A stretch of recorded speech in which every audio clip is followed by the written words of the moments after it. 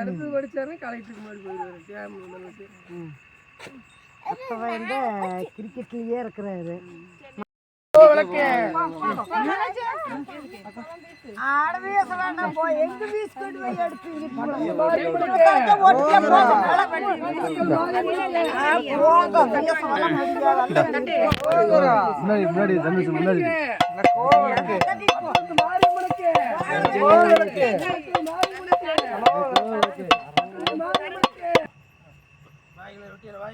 இன்னொன்று வட்டியார ஒன்று அதை உண்டு சாப்பிட்டு வா.